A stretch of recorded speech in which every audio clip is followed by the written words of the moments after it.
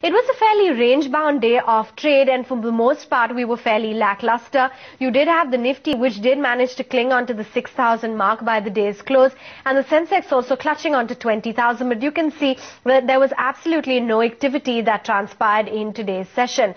So just a day prior to the Infi results, all was quiet.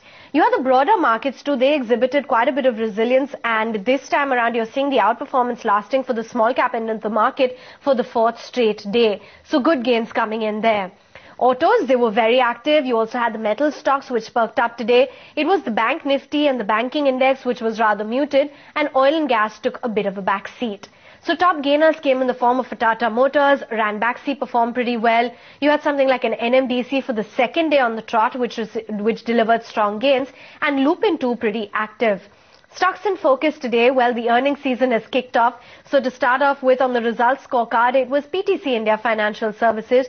Good set of numbers. Net interest income up by 30%. The profits came in at 30 crores. That's up good 4.1%. And net interest margins, they were lower on a year-on-year basis, though the gross NPAs did manage to see a sequential decline.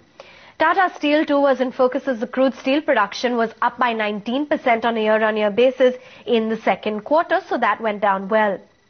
IL&FS Engineering for the second straight day, very smart gains coming in as the board has now okayed the 300 crore rupee rights issue. Sesa Sterlite also active. The mined output was up by close to 16% in the second quarter. Kalpataru Power, it won a transmission order worth close to 620 crores.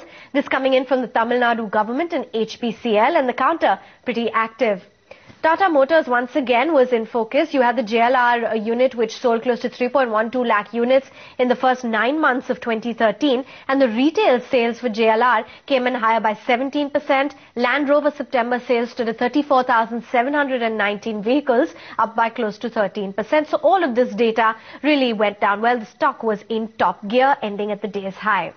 Well, what was muted in the session? Hindalco looked weak. You had something like Tata Power, which shaved off 2.5%. From the banking space, Kotak Mahindra Bank was weak, and HUL just about clasped on to the 600 mark.